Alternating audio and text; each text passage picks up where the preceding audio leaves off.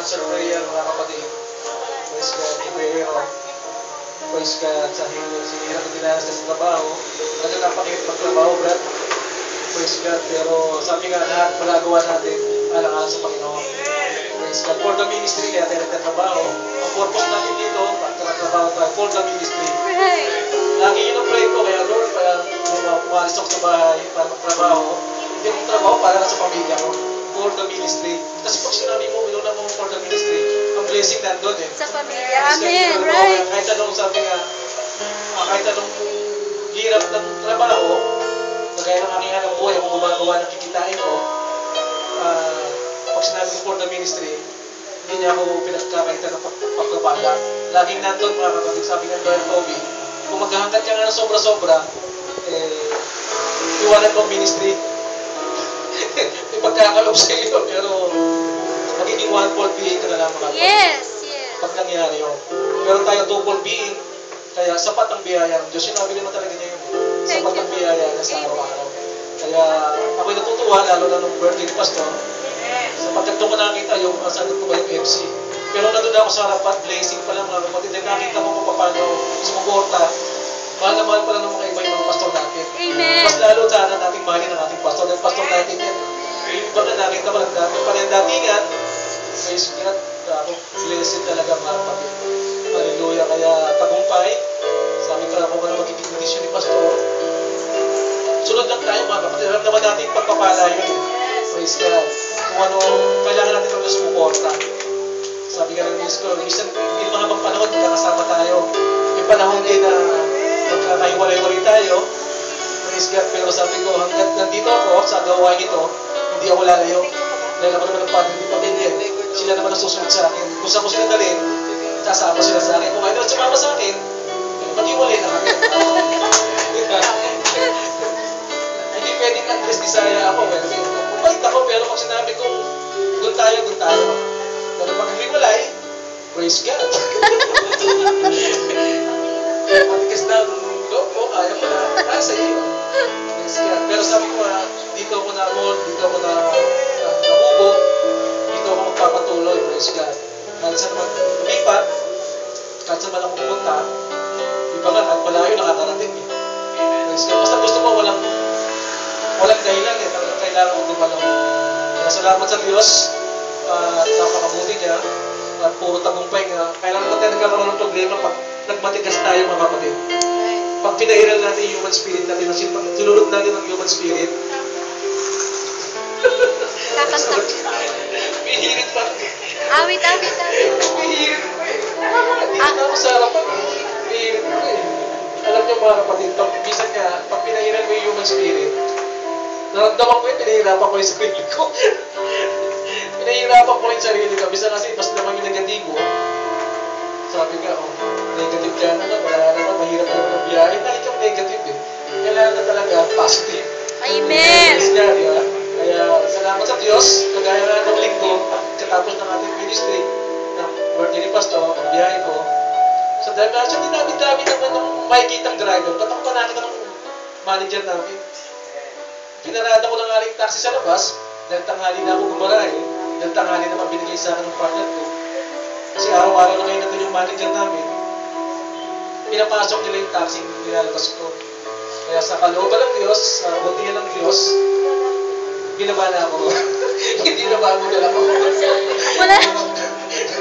Kasi sabi niya, mga sin, nakulang pa ako mga kapatid, dahil ako sa ikintuan nung ako, Extra na naman. ang manager namin, mga sin, pasok ka sa loob ng opisina. Bakit kaya? Opo, manager, pasok po ako niya.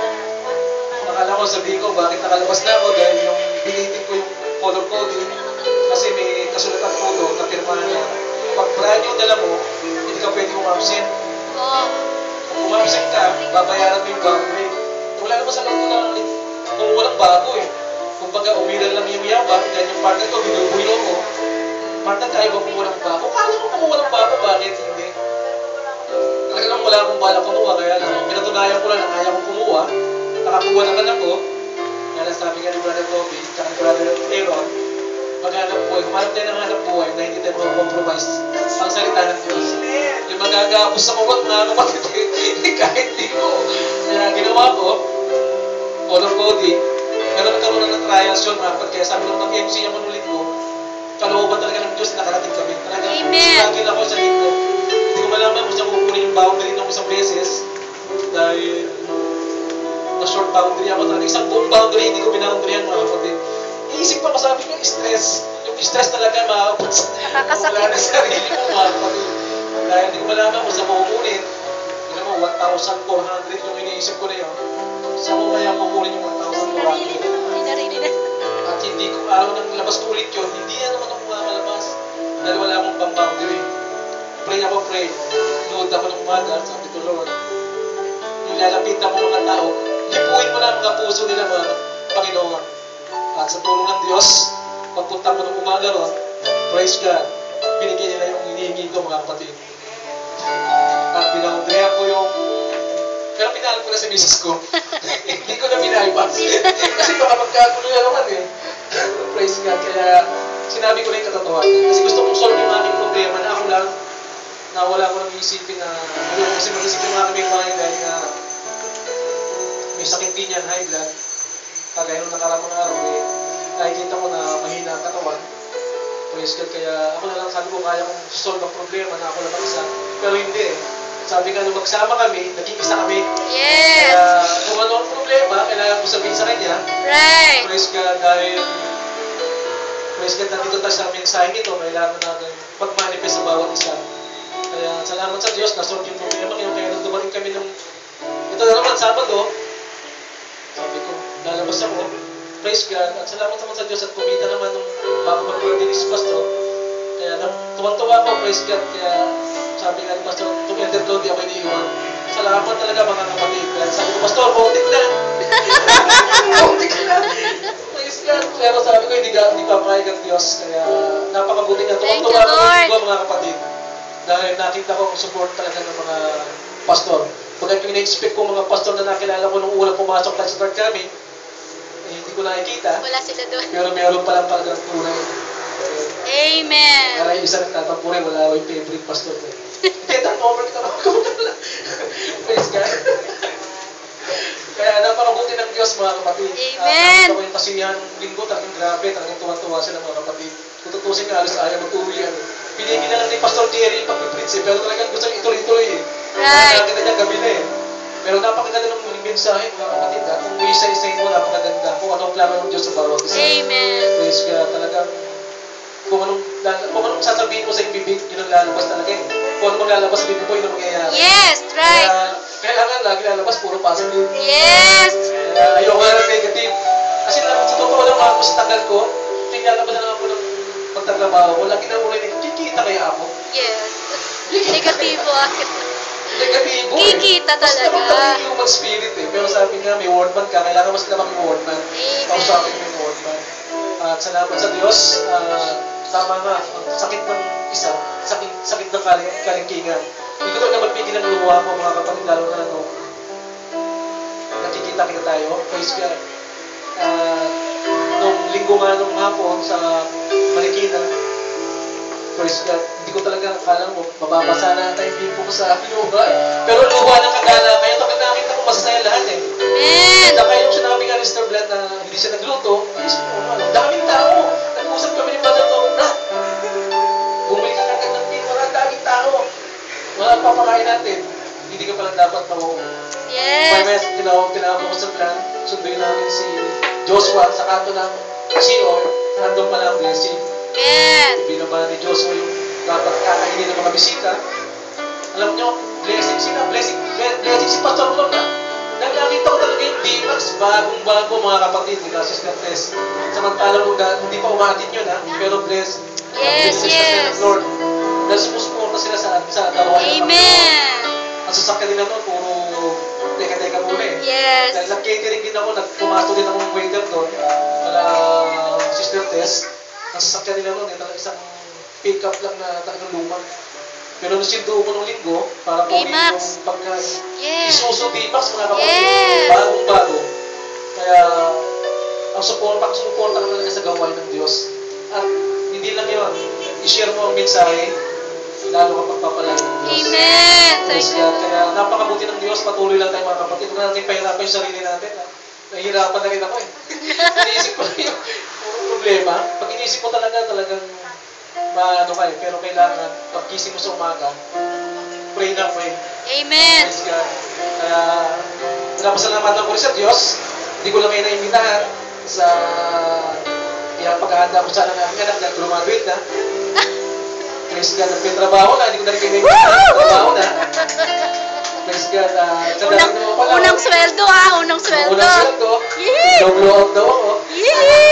Praise God. All is well, mga kapatid. Amen. Pero nung sabi nga pagka ang anak mo nagkaroon ng problema napakasakit sa ulo. Hindi mo alam kung paano gagawin mo. Lahat gagawin mo talaga para kagaya ng mga nangyari, no? Inis-isa ko eh. Hanggang sa lumapit si Brad Toby, pagbigyan mo pa, Dad. Ayaw na nung mama, pagbigyan mo pa, Dad. Pinagbigyan ko, ganun pa rin. Pero sabi nga, pinagkaloob yung ating mga anak is eternity. Yung lagi pumapasok sa isip ko eh. Kaya may plano talaga ang Diyos. Amen. Sa bawat mensahe na pakinggan nila, hindi sila maliligaw. Magkakaroon sila ng experience dito kung paano That's nila right. experience. Right. Kasi nung panahon din tayo, nagka-experience din tayo. Pero nung tumunog ng trumpeta, napakinap na isa-isa tayo napakinig. Thank you, Lord. Salamat sa Diyos. Napakabuti niya. Ay ko, kung natuwagin, mahaba eh. Pero wala naman tayo yung alam niyo mga kapatid, nung sinabi ka pa, nag-request si Brother Toby na hapon. Kaya babiyahe sana ako kahapon, nagpunta ulit ako sa garahe. Nung pauwi na ako, tsaka naman nag-text na, hapon po, gusto ko bumalik ulit sa garahe para bumiyahe. Pero wala akong makukuha unit. Talagang kalooban talaga natin ng Diyos. Na talaga nagpupumilit ako kahapon na bumiyahe. Dahil sabi ko nga, wala na akong regular. Dahil nga sabi ng may-ari, kaya pala pinagpapalitan ka ng karelyebo mo, dahil tanghali ka na bumala. Sabi ko, Sir, tanghali na pong binigay sa akin yan, kaya sa dinamit-dami naman talaga mga kapatid. Hanggang ngayon, no? Puro tanghali naman gumagaray. Ako lang talaga nakita mga kapatid. Praise God, pero blessing pala yun mga kapatid. Dahil hindi na ako magkakaapos doon. Praise God, kaya napakabuti ng Diyos.